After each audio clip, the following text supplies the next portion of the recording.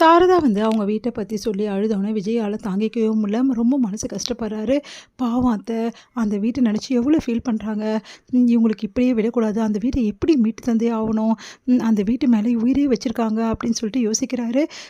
அப்படியே மனசு கஷ்டத்தோட அப்படியே நடந்துட்டே வராரு. சரி போதும் நடந்தது, வாங்க போயிடலாம் அப்படின்னு சொல்லிட்டு விஜய் கூட்டிட்டு போறாரு. இத பார்த்தா காவேரி என்னாச்சுங்க அப்படின்னோனே, ஒன்றும் இல்லை அம்மா கொஞ்சம் ஃபீல் ஆயிட்டாங்க. வேற ஒன்றுக்கு என்ன ஆச்சுங்க, என்ன ஃபீல் அப்படின்னோன்னா, அதெல்லாம் ஒன்றும் இல்லடி வாடி அப்படின்னு சொல்லிட்டு கூட்டிகிட்டு போகிறாங்க.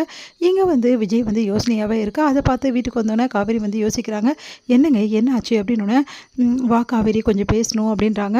அதை கேட்டுட்டு காவேரி பக்கத்தில் உட்காந்தேன். கிட்ட உட்காருடி அப்படின்னோடனே, சொல்லுங்கள் என்ன விஷயம் அப்படின்னோடனே கையை பிடிக்கிறாரு. காவேரி அப்படின்னு சொல்லிட்டு, என்ன ஆச்சுங்க என்னாச்சு, வீட்டு ஞாபகம் ஏதாவது வந்துடுச்சா, தாத்தா பாட்டி பார்க்கணும் போல் தோணுதா, அதான் இப்போலாம் ஃபீல் பண்ணுறீங்களா? நான் அதெல்லாம் ஒன்றும் இல்லடி, வேறு என்ன ஃபீலிங் அப்படின்னு சொன்னோன்னே, வேறு என்ன அத்தை பற்றி தான் அப்படின்னோடனே, அத்தையை பற்றியா என்ன சொல்கிறீங்க, எங்கள் அம்மா பற்றி உங்களுக்கு என்ன ஃபீலிங் அப்படின்னோடனே, அத்தை உண்மையிலே அழுதுட்டாங்கடி. என்ன சொல்கிறீங்க, அம்மா அழுதுட்டாங்களா? ஆமாடி, நம்ம வாக்கிங் போயிருந்தோம்ல, அப்போ அத்தை வீட்டை நினச்சி ரொம்ப கவலைப்படுறாங்க, அப்படியே அழுதுட்டாங்க. ஏன்னா உங்கள் அப்பாவோட ஞாபகமாக இருக்கிறது அது ஒன்று தான். அந்த வீட்டை இப்படி பறிச்சுட்டானே அந்த பசுபதி அப்படின்னு சொல்லிட்டு அழுதுட்டாங்கடி. எனக்கே ரொம்ப கஷ்டமாக இருக்குது அப்படின்றாரு. அதை கேட்டுட்டு, ஆமாங்க உண்மையிலே என்ன தான் அம்மா சந்தோஷமாக இருக்க மாதிரி நம்மக்கிட்ட காட்டினாலும் அந்த வீடு கைவிட்டு போயிடுச்சின்னு சொல்லிட்டு அம்மாவுக்கு ரொம்ப வருத்தங்க. அதனால் அப்பப்போ அம்மா சோகமாக தான் ஆகிடுது. என்ன பண்ணுறதுன்னு எனக்கும் தெரியலங்க. ஆனால் எப்படியாவது அந்த வீட்டை மீட்டுருவோங்க, நாங்கள் எல்லாம் யோசனை பண்ணிருக்கோம். இங்கே பாரு காவேரி, நான் உனக்கு ஒரு சத்தியம் பண்ணித்தரேன். என்ன விஷயம் அப்படின்னோடனே, இங்கே பாரு சத்தியமாக சொல்கிறேன், அந்த வீட்டை நான் உனக்கு மீட்டு தரேன் அப்படின்றாரு.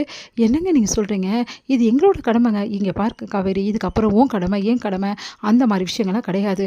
எப்போ அத்தைக்கு நான் பிள்ளை ஆகிட்டனோ அதுலேருந்து அவங்களோட பிரச்சனை என்னோட பிரச்சனை தான். அதனால் நான் மீட்டு தந்தே தீருவேன். அதை எக்காரணம் கொண்டும் நான் விட்டு தர ஐடியாவே இல்லை. இங்கே பார், அதுக்காக எல்லாரும் நான் சேர்த்துக்க மாட்டேன்னு தான் சொல்லலை, எல்லாரையும் சேர்த்துட்டு அதே மாதிரி அந்த வீட்டையும் நான் மீட்டுருவேன்.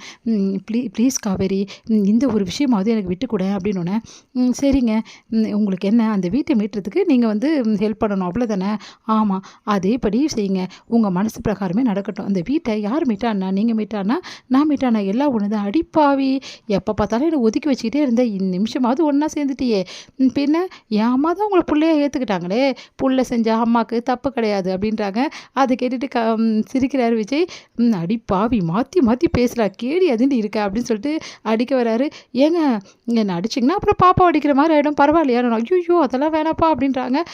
ஏங்க உண்மையிலே எனக்கு சந்தோஷமாக இருந்தேங்க, நீங்களும் எங்கள் அம்மாவும் சந்தோஷமாக பேசிட்டு வந்ததும் வாக்கிங் போகிறதும் பார்த்துட்டு எனக்கு அவ்வளோ சந்தோஷங்க அப்படின்றாங்க. அத்தை கூட எனக்கும் சந்தோஷம் தான். தினமும் அவங்கள நடக்க வைக்கிறது தான் என் வேலை, அவங்க நல்லபடி பார்த்துக்கணும்ல, வயசானவங்கள அப்படின்னோடனே அப்படியே பார்த்து தோள் மேலே சாயிறாங்க காவேரி. தன்னையும் மறந்து உன்னே சொல்கிறாங்க, உண்மையிலே நீங்கள் கிடைக்குதாங்க நாங்கள் கொடுத்து வச்சுக்கிறோம், நான் மட்டும் இல்லைங்க என் குடும்பம் தான் அப்படின்னு சொல்லிட்டு அப்படியே ஹக் பண்ணிக்கிறாங்க. இங்கே என்ன பண்ணுறாங்க, கங்கா செம கோவத்தில் இருக்காங்க. கமரன் கேட்குறாரு, என்ன கங்கா ஏன் இப்படி இருக்க, பீஸ்லாம் கூட தைக்கல அப்படியே வச்சுட்டு இருக்க அப்படின்னோடனே, நானே செம்ம காண்டில் இருக்கேன், எரிச்சலை கிளப்பாதீங்க அப்படின்றாங்க. என்ன விஷயம் கங்கா அப்படின்னோடனே, பின்ன இப்போ எங்கே போயிட்டு வந்தீங்க அப்படின்னோடனே, இல்லை கங்கா அது எனக்கு தெரியாதா, ஏன் லேட்டாக வந்தீங்கன்னு சொல்லிட்டு, என்ன முன்னாடி அனுப்பும்போது நீ பின்னாடி வரும்போதே தெரியுமே, வீட்டுக்கு தேவையான சாமான்லாம் வாங்கி கொடுத்து தானே வரீங்க. என்ன கங்கா இப்படி பேசுகிற, நம்ம வீடு தானே கங்கா, நம்ம வாங்கி கொடுத்தா என்ன தப்பு இருக்குது, இங்கே பாருங்கள் அது நம்ம வீடுன்னு சொல்லாதீங்க, அது நம்ம வீடே கிடையாது அப்படின்றாங்க.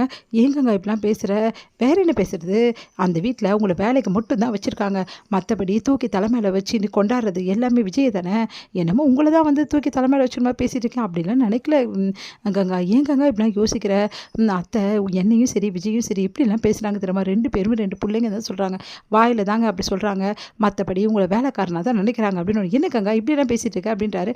அப்படி தாங்க பேசுவேன், உண்மை எது சொன்னால் உங்களுக்கு கசக்குதா, இங்கே பாருங்கள் இன்னமும் நீங்கள் வீட்டு வேலை அப்படின்னு சொல்லிட்டு வீட்டில் வேலை செஞ்சுட்டே இருந்தீங்கன்னா உங்களை யாரும் மதிக்க மாட்டாங்க, அதுக்கப்புறமா உங்களை வேலைக்காரனை வச்சுக்கிட்டு அந்த விஜய் தான் எல்லாத்துக்கும்ன்ற மாதிரி ஆகிடும்.